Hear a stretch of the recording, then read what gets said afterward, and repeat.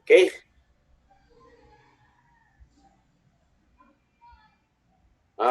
Once again, good afternoon. I'm Engineer Sandro of Villarosa, a power metering head as of the moment in the Sapalco. Formerly the substation operation and maintenance engineer for 5 years. Then probably, I think my topic for today serves me that I can impart my experience from being a substation operation and maintenance engineer for that years. So the outline of my topic for this afternoon. So I will discuss on the substation facility, then substation operations, substation maintenance program, and substation maintenance test equipments and instruments that used during maintenance on substations. So let me talk first without a few about the substation facility. Yes, of course, in a substation facility, we have a control building, switch yards, general house, generator house, a pump house, cable trench, fire hydrants and water system, warehouse building, and the entrance and gate guardhouse, guard post, watchtowers, parking area, emergency evacuation area, and so on. Meron pa pong iba pero which is not necessary na papakita pa natin dito. So to start with, let's go to our control building. In a control building, it is a building dedicated for electrical equipments. Large building may have main electrical rooms and subsidiary electrical rooms. What you can see at the screen, I put a picture of our electrical control building on Sapalco, 138 kV, located at Caravan, Villanueva, a 138 kV substation of ours.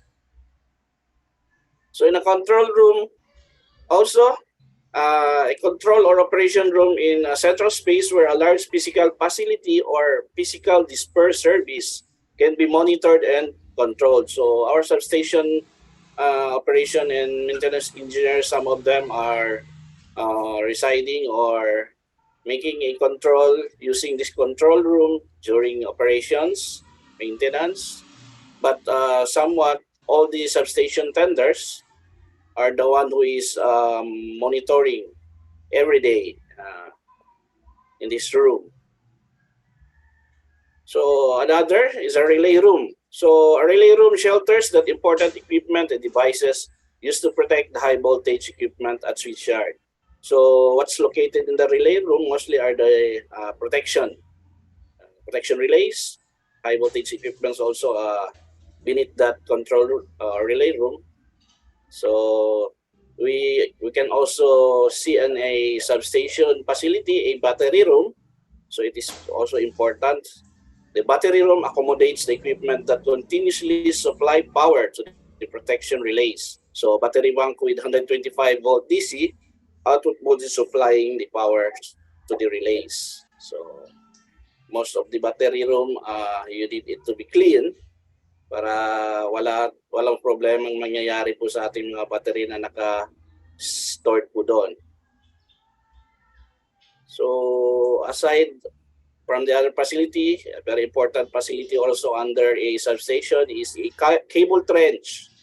So a cable trench and cable gallery are where the series of cables and wires interconnected or interconnection from different electrical panels to the load and are properly laid. So yung cable trench po namin is below po the control room and the relay room. So this is the basement, parang underground basement. Doon po naka-hilera po yung mga cables natin going to our switch gears. So it looks like that, what you can see in the monitor. A picture of the cable trench. So we have also a switch yard. So a switch yard is an assembly of apparatus which transform the characteristics of electrical energy from one place to another and control the flow of power.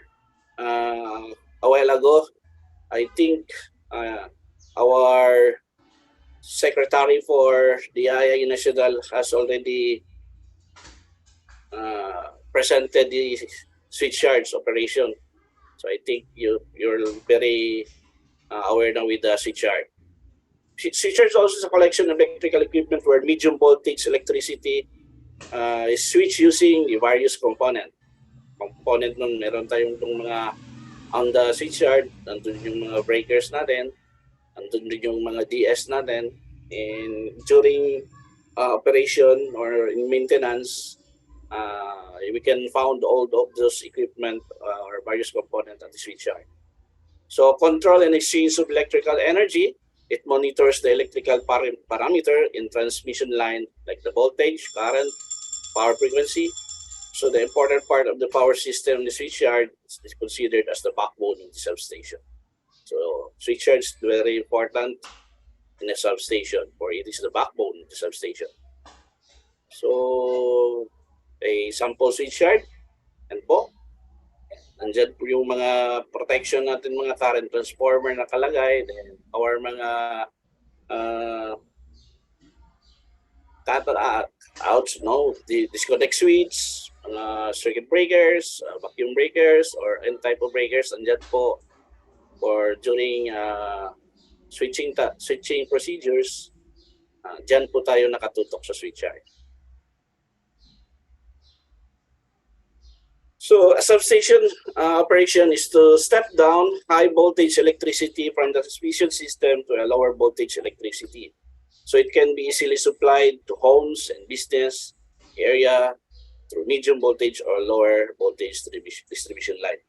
So if we're talking of substation, kung wala po tayong substation, mostly po yung mga pinapatakbo natin transmission line na nagdadala po ng mga voltahe is more on medium voltage. Meron pong mga high voltage, but on the end of the distribution utility, sa amin po sa Palco, we have a high voltage, we have also medium voltage substation. Our medium voltage po on our utility, we have 34.5 and 13.8 kV po. Yun po yung mga medium voltage natin. And with respect to lower voltage, meron tayong 230. The customer also opt to have a 440, but mostly we can cater only to 30. So they can cater their own distribution transformer for special loads. This is also operate to change AC voltage from one level to another. Substation na ay isang parang control na nag-operate from AC voltages up to the lower level of voltage, and also alternating current to direct current. We say a substation like substation with solar system. Most doon kasi is their substation converting from direct current to alternating current. So substation may also seems like that. So in substation operation, since dito po yung main topic natin, so some sample operations I can present to you. We have the substation operation on abnormal operation, a tripping of 69 kV substation, TL grid operator on, island mode operation. So we'll present something like the operation on those fields. So as you can see, at normal operation, we have 138 kV lines on the two. Then we have the monitor, incoming line voltage, current, and load. So sample their voltage on line-to-line voltage. We have 142.3 on the voltage from AB. Then voltage BC is 142. Then voltage CA 142 point. This is for ano lang po sample natin. So regardless po anong nakalagay dyan on the actual, since ganito pong nakikita natin. So at current 132.4, current B at 136, current C is at 133, then the total power is 33.5 MB. So it will go to the, all PCBs are close. So mga circuit breakers natin, all water is close as what you see, naka-red po sila. Then all our buses in bus 1 is energized. Then bus 2, which is the transformer bus, is also energized. So with a transformer of 100 MVA power, the transformer energizes with a load of 67.0 megawatt. So among the 67 megawatt, yung load niya is at the 69 kV lines. Since we close, the closed 69 bus PCB is energized, nakikita po rin natin na energized na rin yung pong bus natin since we already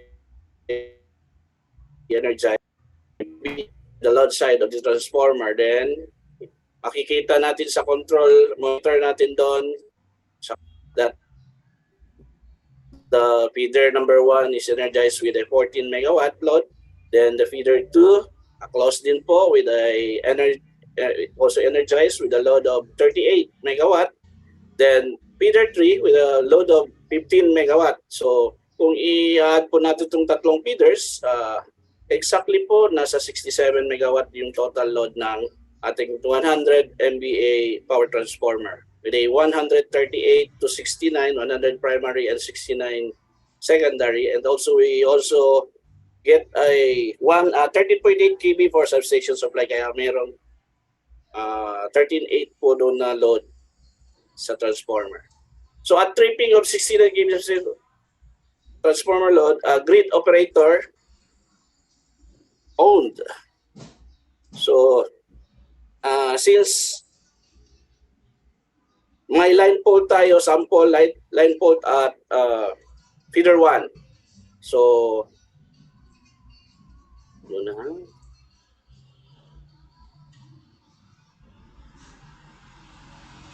So given the a line fault at feeder 1, excuse me.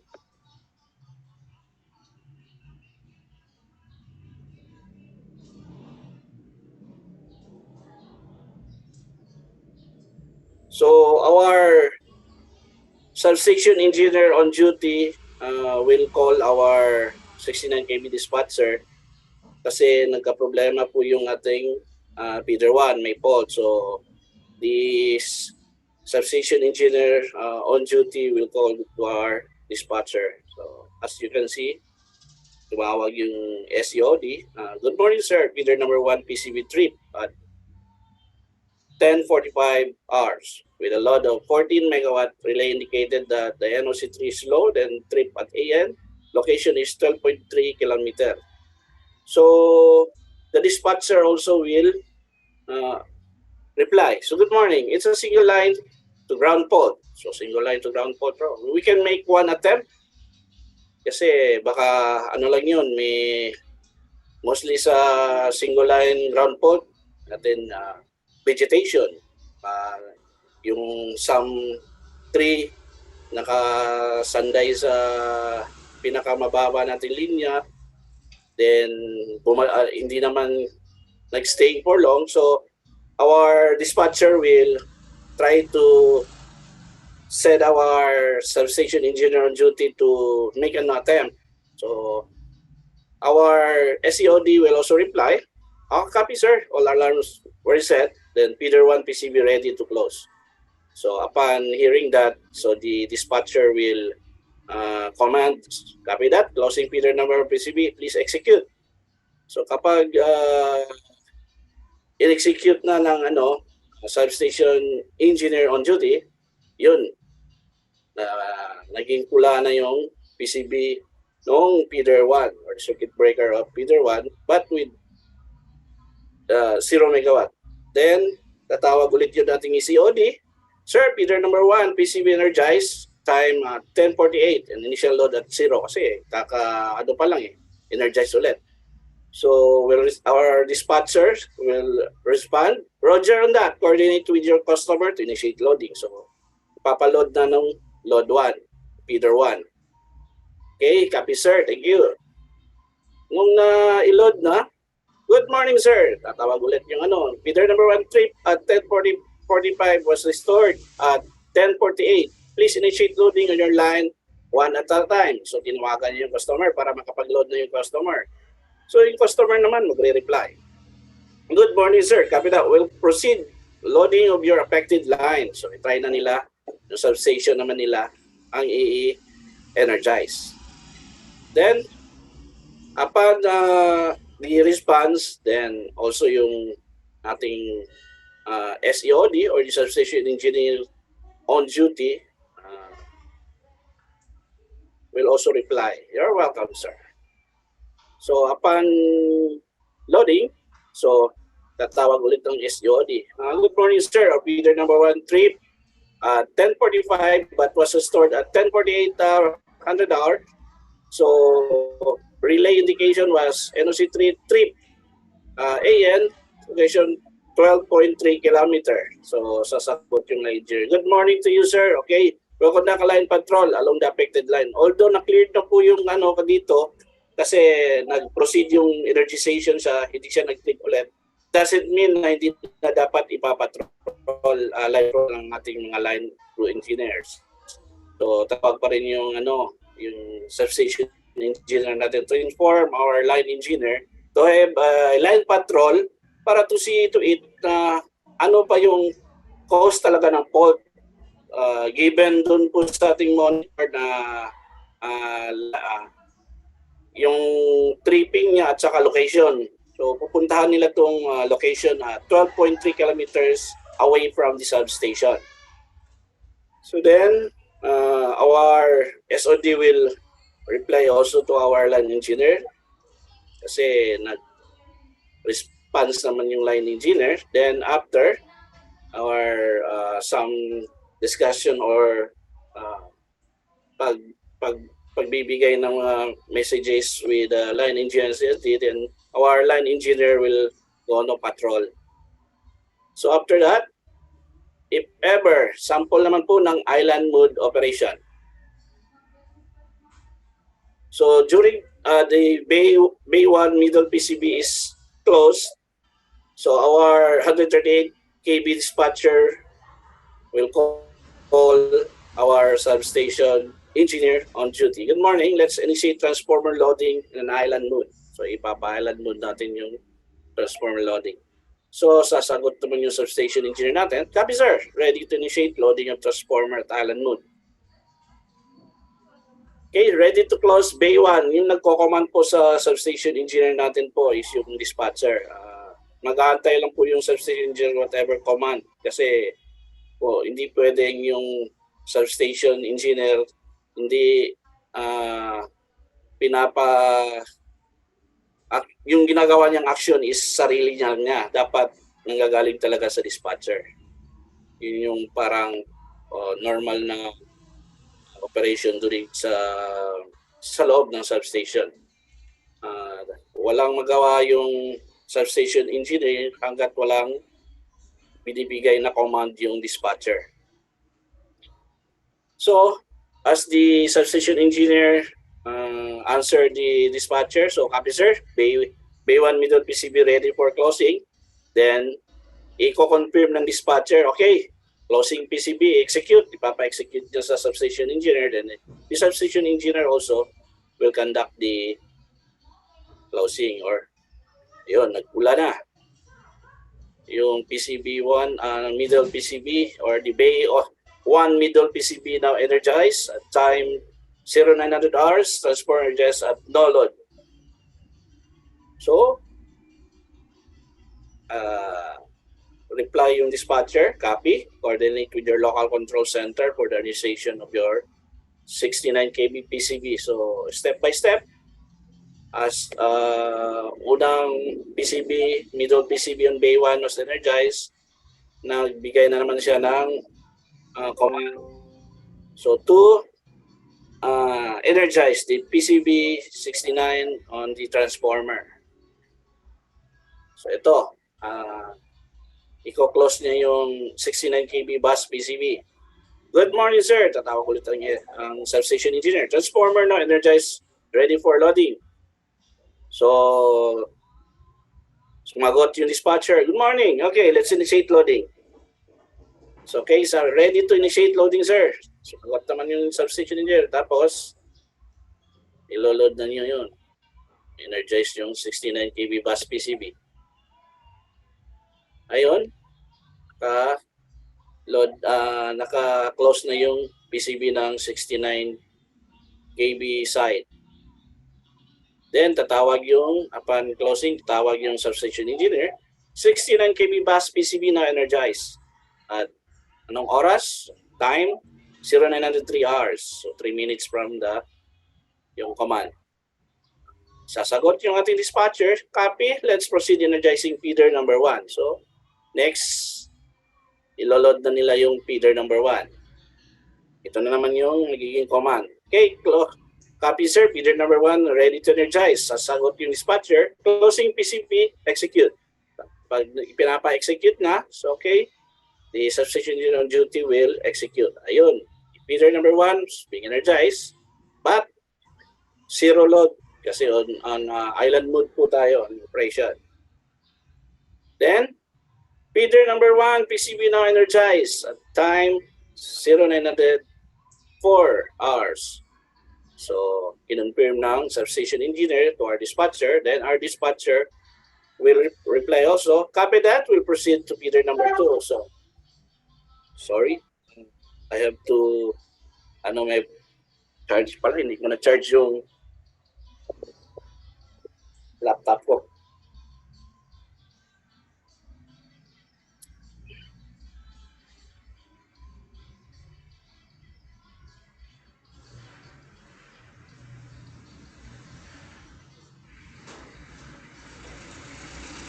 Okay, sorry. Then, let's proceed.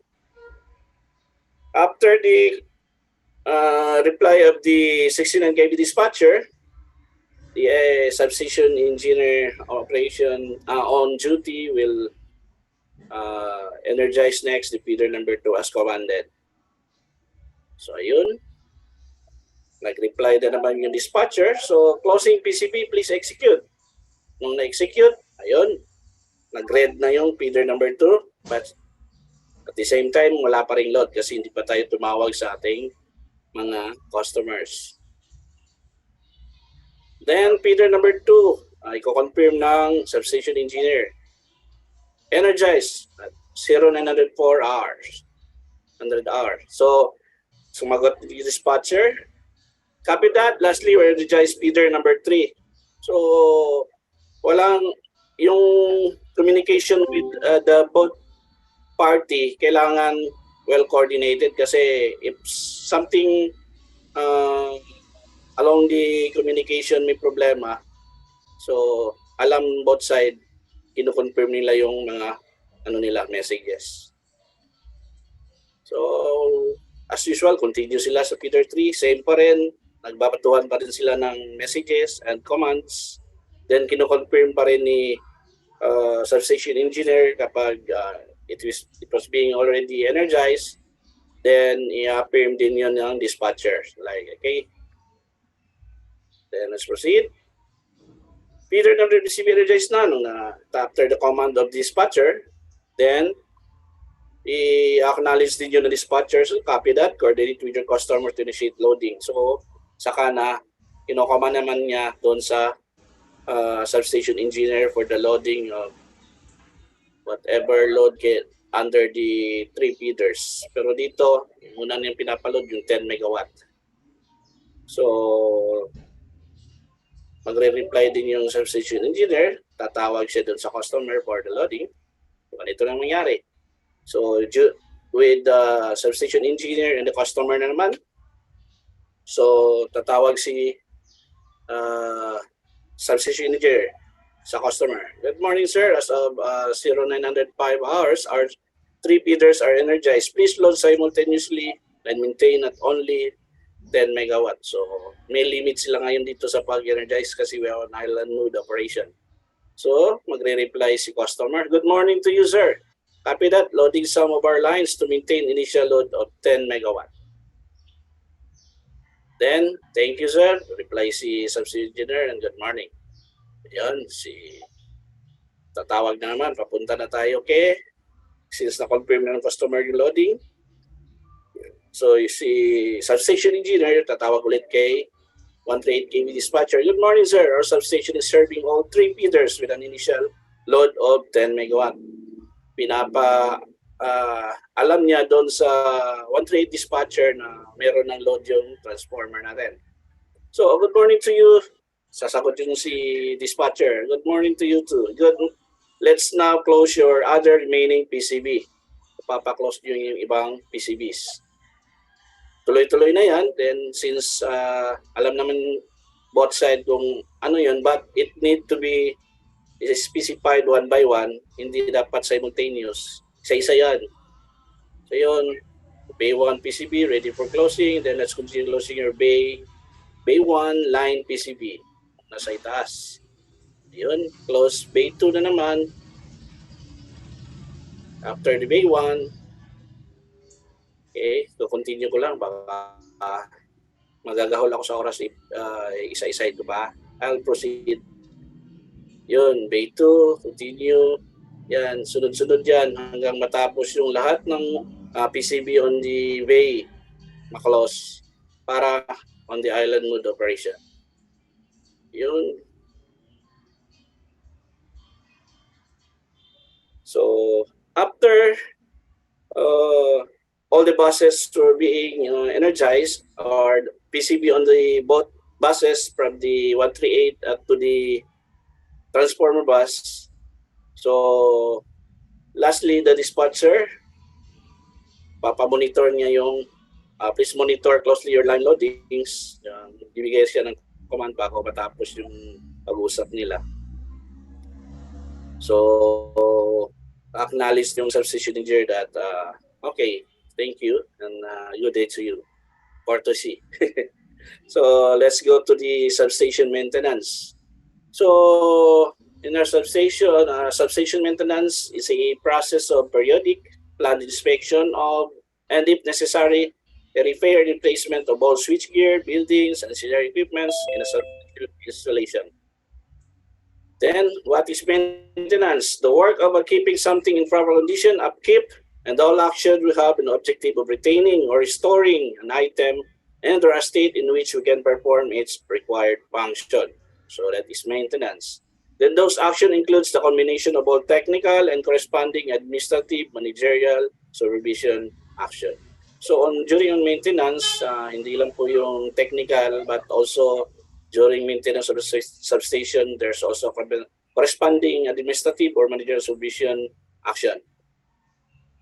So importance of substation maintenance, to reduce the risk of catastrophic failure. Ba't kailangan talaga natin mag-maintenance, di ba? Kung yung substation mo walang maintenance, probably risk of catastrophic failure will occur. So allow you to sleep. You cannot sleep soundly if ikaw po yung substation operation and maintenance engineer on that substation. So it prevents accident caused by uncontrolled high transmission voltage. Dahil may nagmo-monitor then on operation, and hindi natin alam kung meron na bang problema sa mga equipment natin. That's why substation maintenance also needed to prevent accident caused by uncontrolled high transmission voltage. So increased life cycle. Kapag gumagawa tayo ng maintenance, it increase life cycle and reliability of the electrical equipment. Also, it optimize asset efficiency.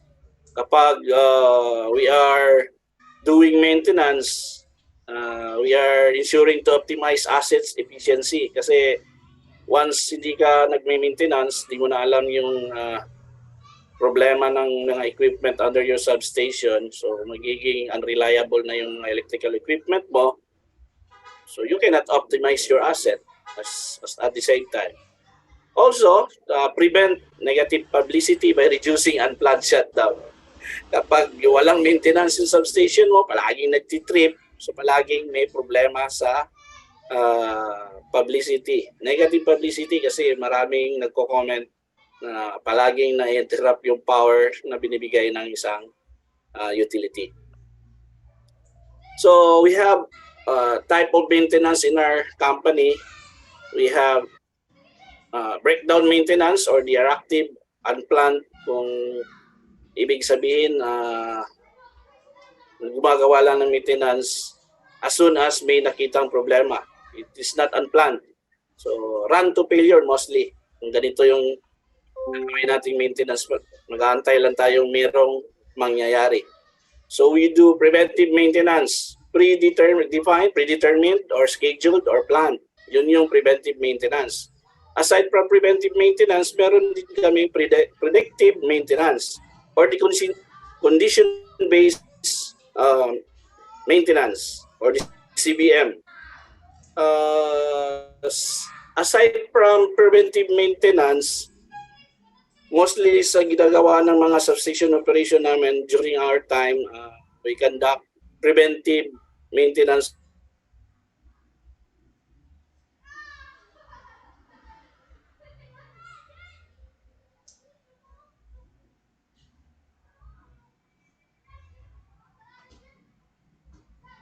the result, we will proceed on the predictive maintenance, the condition-based, the CBM. So I would like to tackle more on CBM. So what is CBM? The condition-based maintenance is a maintenance strategy that monitors the actual condition of the asset to decide what maintenance need to be done. So aside from the preventive maintenance, the PMS, any result from that maintenance, we will conduct a condition-based maintenance after that. Yun yung para ma-monitor yung whatever problem resulted from the PMS. So CBM dictates the maintenance should only be performed when certain indicators show sign of decreasing performance or upcoming failure. So after preventive maintenance, any result from any test that indicates decreasing performance or upcoming failure, we will do the CBM. So examples of CBM, we have thermography or infrared scanning. I think it was being discussed from a presentation a while ago. Hindi lang po ako naka-attend. We also conduct HB partial discharge on the CBM, UV and corona scanning, dissolved gas analysis, other diagnostic testing, and virtual inspection. It uses the 5 senses of the what we yung hear, what we see, what we sense, kumbaga the 5 senses. So in thermography or infrared scanning, ito yung kuha ng clear thermal scanner namin. So we find a problem on the one of the current transformer, which more than 150 degrees Celsius. So through thermal scanner, makikita mo yung problem also. Kasi kita mo, napakainit. So what's the cause of the heat emerge on the city? So probably there's a problem. So ma-determine natin using this thermography image. So using HB partial discharge, as what also Engineer Alberto Herrera discussed a while ago, so we also conduct on the CBM partial discharge. Some causes of this are void of insulation, sharp irregular surface of conductors, free growth in insulation, floating network, the floating metal work near conductors, corroda from sharp objects at high voltage, discharge from induced voltage into sharp point of ground, and surface discharge. Those are some external partial discharge causes. On CBM, on UV or corona scanning. So during our UV scanning, corona scanning, makikita nyo sa picture, may nakapula, that means yan yung corona during UV scanning. So probably there's something wrong, but napakalaki ng corona. So yan dapat nating alamin. kung baka nag-loose na yan dyan. So nakikita natin problem using this type of instrument, the UV scanning. Sample pala namin. UV-RCO yung ginagamit naming UV scanning. Result yan yung UV-RCO po. Coronas. So on corona versus PD, try natin i-differentiate. On corona is luminous partial discharge from conductor and insulator due to ionization of air, where the electric field exceed a critical value. So this phenomenon is caused by insulator, contamination, defect, broken strand of conductor. Yung output namin, bakit may corona. In its early stage, corona is invisible to the naked eye, and in severe cases, corona develops into flashover. So it can damage high voltage insulator, causes broken conductors, and may trigger unscheduled power outage.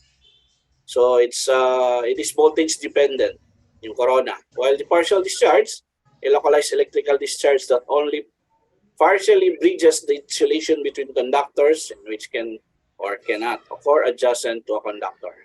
It's per definition on IEC 60-70. The PD activity is indicating an incipient fault in high voltage insulation and is widely regarded as the best early warning. So when you can detect corona, that means you have early warning. It indicates of the deterioration of your high voltage insulation. So, kikita natin yan sample. Mga after effect na yung nakikita ni corona, yon parang susunog. Also sa PT, partial discharge. Ito, using UV-RCO. Yun, pinaba natin yun. Ito pala yung nakikita natin. During the UV, then pagtanggal sa kanya, ito yung nakitang result. So na-detect natin early. Kaya pinalitan. So dissolved gas analysis, we do see mostly doon sa ating mga transformers.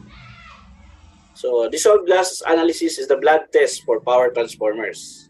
Blood test. Kung sa tao pa, ito yung equipment or ito yung ginagawang proseso to analyze our blood. Ito naman sa oil ng power transformer. Ayun, kukuha tayo ng sample from the transformer. Then, tinitest natin using the DGA equipment. Okay. Why we need to conduct DGA? Of course, power transformer contain insulating oil.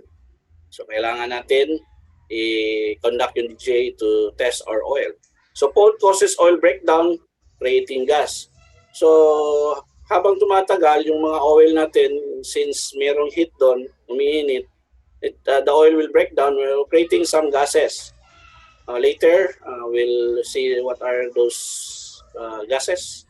Then certain types of gases indicate certain types of problem in a transformer. Okay? So, another reason to conduct DGA is the rates of increase of those gases indicate severity of problem. So yung flammable na mga gases, kapag tumataas na yung severity ito, probably puputok. Yung ibang mga transformer na pumuputok, yung wala silang ginagawang maintenance on their oil. Gases in oil always result from decomposition of electrical insulation materials, oil or the paper, as a result of fault or chemical reaction in the equipment. So, gases generated by fault. So, ito yung nakikita nating mga result ng DGA. Ito yung mga gases na napoproduce on the transformer. Hydrogen, which oil decomposition is thermal oil plus cellulose, which causes partial discharge or arcing. Carbon monoxide, so cellulose, thermal fault probably, yung heat. Carbon dioxide, thermal pa rin, and cellulose aging. So probably by leaking, magli-leak yung mga oil natin sa transformer. Ito, acetylene, oil decomposition, yung triggered by oil decomposition and thermal fault. cause niya baka yung mga arcing dyan is caused by acetylene kasi highly flammable din itong acetylene. Also, it generated water, cellulose aging, yung nakaka-trigger sa kanya, leaking. Methane, ethane, ethylene, yun pinaka-delikado din to, mga highly flammable gases which cause arcings kapag sometimes pumuputok pa pag napakainit na ng transformer. So some screenshots of DGA tests, ito mga analysis on our DGA. Yun, laki na yung carbon monoxide, mataas na, yung ethane. So if ever may mga result na tayong ganito, so sometimes we can do also the oil filtering para to decrease or lesser or tanggalin yung ibang mga unwanted na mga gases. Para nakita natin more on marami ng unwanted gases. So we do oil filtering also for that. So DGA analysis and trending. Some analysis report that we've done. Okay, I will not dwell there very much. This is an overview only on what we are doing in maintenance. So other diagnostic tests, we conduct also diagnostic testing using HB Diagnostic VA75 oil dielectric breakdown voltage tester. Ito. So dito, tinitest natin kung yung dryness of oil, the electric strength, their moisture, or may contamination ba yung oil, yung transformer, and they withstand voltage. Also, we conduct Omicron CPC multifunction test instrument diagnostic testing. Yun, Omicron CPC 100 multifunction test. Ito yung mga ginagamit namin some equipment during diagnostic testing. We also use bigger delta insulation para matest yung insulation power factor, delta, dissipation factor test, exciting current test, bushing capacitance test, and a hot collar test and HP turns ratio test. Yun yung ginagamit namin during maintenance and testing. Diagnostic testing using double M540 sweep frequency response analyzer, SFRA, to test mechanical integrity of the equipment to the substation. Winding and core movement. Mostly yun lang yung namin, mechanical integrity. DS, tinetest namin using this double circuit breaker and the winding for the core movements. So Omicron Sibano, we also use that type of equipment, our diagnostic testing. So to test the timing test, contact trouble motion test, yung pick-up voltage test, motor characteristic test, contact resistance test. Another diagnostic testing equipment we're using is the Engr MIT 1525. Used in DC insulation resistance used for spot test, IR. Do that in IR. The electric absorption test, DER. The polarization index test. So aside from those tests that we're using equipments, it is also vital we will have our visual inspection in advance, like using our 5 senses. So like this, we see our power transformer, we look at our transformer, then using this meron kaming parang checklist. So, meron bang oil leaks? Sa bushing, meron ba tayong makikita? So, oil level, okay. Sa transformer, tinitingnan namin yan. Yung silica gel, ano ba? May nakikita na ba kayong water? Puno na ba sa water? That's our more on the substation inspection visually. Then, kapag nakita natin visually parang may problema, then that's the time we will decide if we will conduct using equipments, testing equipments for the transformer. So, radiator cooling fan, tinitingnan natin gumagana pa ba? Baka hindi na gumagana. So kaya ito yung cause ng overheating ng transformer. Then scanning, thermal, using for thermal and corona. Also, power circuit breakers. Ito yung ginagawa nating visual inspection. We look at the bushings, the SF6 gas pressure, control cabinet, baka meron ng mga foreign object na kapasok dyan, mga insects or animals like snakes. Operating mechanism, okay pa ba? Fuses and MCBs, supply voltage. Visually, we can check it first to determine we need to conduct CBM also. Isa rin yung nakaka-trigger for us to conduct CBM. Disconnect switches. On disconnect switches, ito yung tinitingnan namin visually. The bushing, the contact alignments, the operating mechanism, the control cabinets, the fuse and CBs, the supply voltage. Okay pa ba yung supply voltage on motor-operated DS natin? Kasi baka kung hindi na, baka mag-manual yung ano natin, substation engineer or the substation tender. So on battery system, ito naman yung kinakandak namin inspection visually. The charger voltage, okay pa ba? Yung battery voltage din ng mga batteries, the electrolyte level. Kung kulang na, dadagdagan. Terminals and connection, wala bang parang nagmo-molds? Kasi kapag may nagmo-molds, parang nag-green na, it might be a cause of loose connection. Terminals and connection niya, tinitingnan natin yun. Ventilation and exhaust fan. On protection relays, ito yung tinitingnan natin, mga voltage reading yan. Mayroon pa bang display? Current reading. Okay pa ba? Kilowatt reading, kVAR reading, kVA reading. Dyan yung nakikita natin visually doon sa protection relays. Okay? Then, another electrical apparatus like the ABR, so mga bus terminals and connections, mga post insulators, physically tinitingnan din natin yan. Then surge arrestor, instrument transformer, the PT and CT. May nakikita tayong parang abnormally so that we can decide to conduct CBM. Then mga control panels, capacitor bank, the ABR, mga automatic voltage regulators, and the station supply, the station. Other items, control building conditions, lighting systems, aircon units, fire extinguishers, fire detection, and alarm system. Isa rin yun sa mga visual inspection na tinitingnan natin by conducting maintenance din po.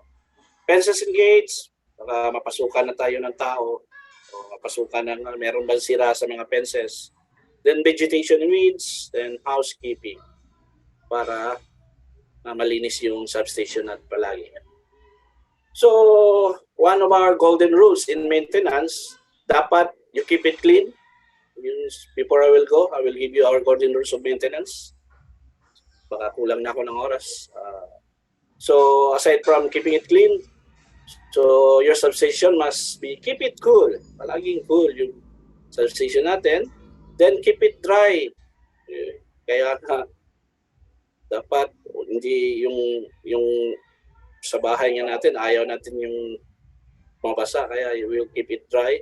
And also, keep it tight. So, yung during maintenance, we are tightening our mga connectors, mga terminals, tinitingnan yan during PMS.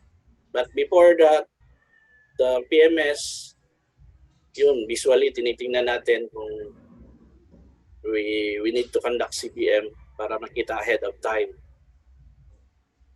So, that's it. Thank you for listening. So, I would like to entertain question. Yes, good afternoon, sir. My question there is, sir. Yep. Run through lang ako, sir. Wait for isa. Okay. First question there, sir, is what is the self-cold rating of the transformer? Self-cold? Yeah. Self-cold rating. Yung our temperature for transformer usually mainit yan kapag on ano, naka-energize. So we keep it mga sa mostly nag-alarm ang aming transformer around mga 40 degrees Celsius, pero I don't know in Fahrenheit, mostly Fahrenheit din yung tinitingnan nila. But cool pa rin yung transformer natin with the temperature ranging from 40 to 60. Means walang problema pa yung transformer natin. So aside from alarms, usually kapag binibisit natin yan, nakikita lumalapit tayo sa transformer. Pag mainit masyado, probably there's something wrong. Kaya tumpak yung tanong ni sir, ano ba yung normal temperature na masasabi natin cool pa rin yung transformer? Probably 40 to 60. From Miss Engineer Beth Hoven Babiera po, sir, what relay or metering relay or relay protection that has accurate or sensitive capabilities? Sir, probably I'm not very well known sa lahat ng mga relays na nilagay ng aming contractor, the MESCOR, on the 138 kV namin.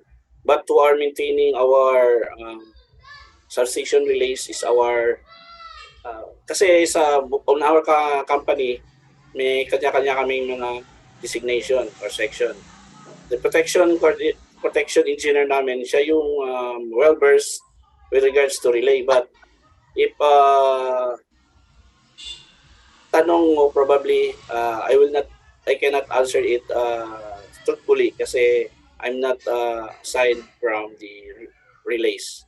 Mostly on operation, and during my time being a substation operation and maintenance engineer, para rin kaming mga tendered at that time nung wala pa yung SCADA, we are tending on operation and tending on maintenance. But with respect to what are the following relays that was being used by the contractor or the MESCOR for our 138 kV, sorry, I cannot answer you for that, sir. Okay po, sir. This is a question from Sir Joshua Kyril, sir. When do you conduct DIRANA or DIRANA test on the PTR? DIRANA, we are not conducting DIRANA. Probably sila, yung ginagamit naming test equipment as what I have presented lately, hindi yung DIRANA. Nakita kayo niyan yun, kung ano yung ginagamit ni Cepalco on equipment na ginagamit namin sa substation. It's not DIRANA. Probably sila, gumagamit sila doon, but sa amin, we are not using that type of test equipment. Sorry, sir. This is an anonymous question, sir. What does island mode means? Does it mean that supply is in generator mode? No, sir. Island mode means yung nililimit lang po nila yung load po nung transformer para, I don't know, based on our during the operation, nag-island mode din kami kapag nililimit namin yung load ng mga customers. Okay, sir. Last question na po, sir, kasi wala na pong time. What is the difference in investment of 250 MVA compared with 100 MVA? Is 100 MVA more reliable than 250 MVA? Sir, depende yun sa design po ng yung substation, kung saan po based on the design yung ginawa ng substation po. Yun po yung natin. Hindi po natin, depende sa reliability po kung capable yung 100, this the time reliable din siya po doon. Kung yun lang po load na kailangan natin. But kung more than 100, hindi na po reliable yung 100 MVA natin. Tayo sa 250 MVA. Kasi kapag over na yung load natin, useless to po na bibili kayo lalagay kayo ng 250, kaya pa naman pala ng 100 na pala yung load na kailangan nyo. It is unpractical and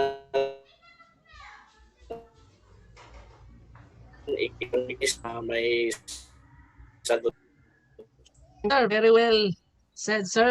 You answer all the questions randomly na lang, sir, kasi wala po time. So we will award na siguro the certificate to Sir Villarosa. Paki-flash po ng certificate ni sir. Certificate of appreciation is presented to Engineer Sandro R. Villarosa for imparting valuable insights as resource speaker on the topic substation operation and maintenance of medium voltage/low voltage, held on March 12, 2023 via Zoom conferencing, signed by Engineer Joseph Darren Claire S. Sulicar, Chairman, IIEE Training and Continuing Professional Development Committee, Engineer Alberto R. Herrera Jr., 2023 IIEE National Secretary, Engineer Catalino E. Rania, 2023 IIEE VP Technical Affairs, and 2023 IIEE National President, Engineer Lendon R. Baggy. Congratulations, sir. Thank you so much for imparting your knowledge about Thank you also. Thank you. substation. Thank you for inviting me, being one of the presenter for the TCPDC. Thank you, Chairman Solicar. Thank you, everyone. Have a nice and weekend. I think our next speaker